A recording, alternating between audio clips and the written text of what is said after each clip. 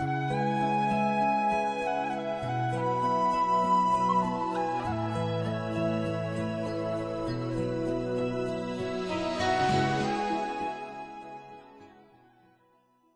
don't need no introduction. Everybody introduce yourself and give us the power. Thank you.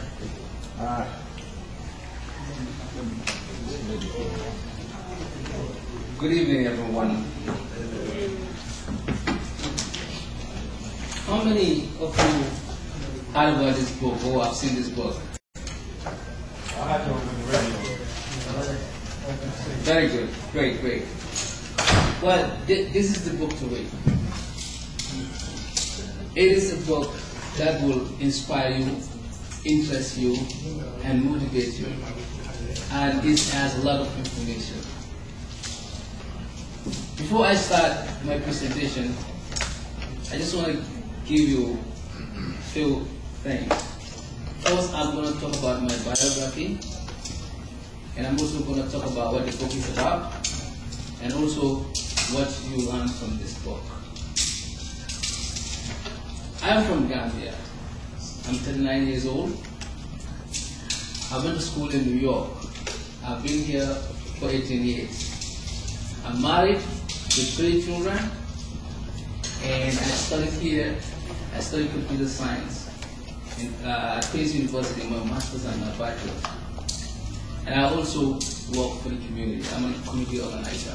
I've made several trips there to Uganda and promote cultural activities, soccer games, and other things. I also am involved in writing, you can see, and I like traveling. I also like to associate with friends. Dangerous Love is about a Gambian. It's a fiction, a realistic fiction about a young Gambian girl growing up in an environment that is deeply rooted in cultural tradition. She is faced in a circumstances of being with an arranged marriage that her parents arranged for her to be with a wealthy man, and also she was facing the circumstances to be with somebody she truly loves. And this person was a school teacher. Mary, this young lady, has to face an uphill battle in order to make a choice so she doesn't have to offend her family. In the process of struggling how to be with this young school teacher, she has to face this challenge. And how was she able to meet her goals? By being with Sam, which is a school teacher, without offending her parents. This is a mystery in the story that everybody needs to know. It is also a story that is a generational transformational story. Our values, the way it transformed from the past to the present, that are very important to our generation to come. It is a story that will entertain you from the beginning to the end. First, before I'm going to talk about what lesson you learned from this book. This is what you learn from this book. You learn about arranged marriages. What is an arranged marriage? This is a question that we need to first answer, because sometimes we have people who have a tendency to think certain things are arranged marriages, whilst they're not. An arranged marriage is a marriage without a choice. It's a marriage that, whether you like it or not, you have to take it. So, what difference is arranged marriage to marriage with a choice? And what has our generation has to do with this? Is it the right thing for now? To have to put our children through a situation where they must have to marry because I want my kids to marry this person. Because of the way the world is changing. If you look at my parents, they were arranged marriage. during those days, it definitely worked because we were involved deeply with it in culture and values. We don't look at materialistic world as a way out. But tell me, among the audience here, how many of us here now think of money? I mean, we were all money driven in this generation. So, arranged marriage would have worked better in those days where we were not money driven. The days of origin, our parents, but not today. So, you cannot put in your children in a situation where they will be forced to marry and they are materially driven. Everybody, we must all accept that. And in that situation, if there's no love, it will fail. Definitely.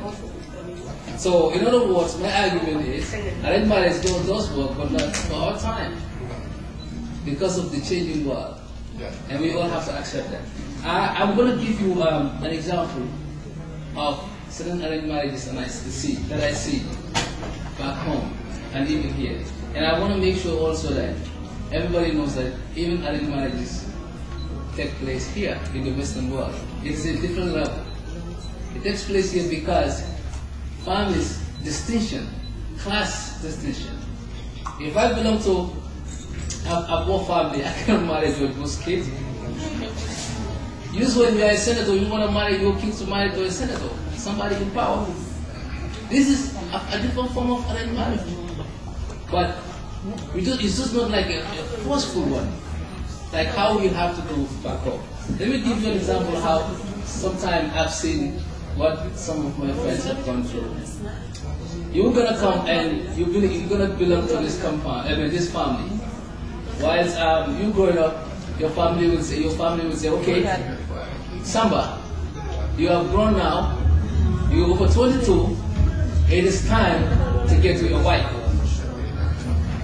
And we know Mariam is across, it's the next, if it's a family friend, a neighbor, and we're very good with this family in terms of relationship. Why can't we arrange you and have Mariam as a wife? And as a son, you know that definitely Mariam is not the one that I have in mind. I probably have Jennifer that I want to marry in a lot of blocks from here. So in that situation, you cannot tell your parents, no. Back in the days, you can't. Because if you do, they say, I will taboo you. You're not my son. So you're going to accept Mariam. And when you accept Mariam, guess what? When you come travel to places like America here, you have little money. Okay, Daddy chose Mariam for me, but I'm gonna choose Kumba. Because Kumba is the person I love. So this is the scenario that has happened in the past. I'm not money. So just to conclude, those of you who love to read, pick up this novel and recommend it to your friends. This is a guaranteed novel. If you're not satisfied, you get the money back. And those of you who are not reading, I am emphasizing to you, just try. When you try this, you will get hooked. And you will start reading. You will not let this thing dry. And if you want to get the book, I have copies here. You can also go to www.dangerous-love.com. www.dangerous-love.com. I thank you all.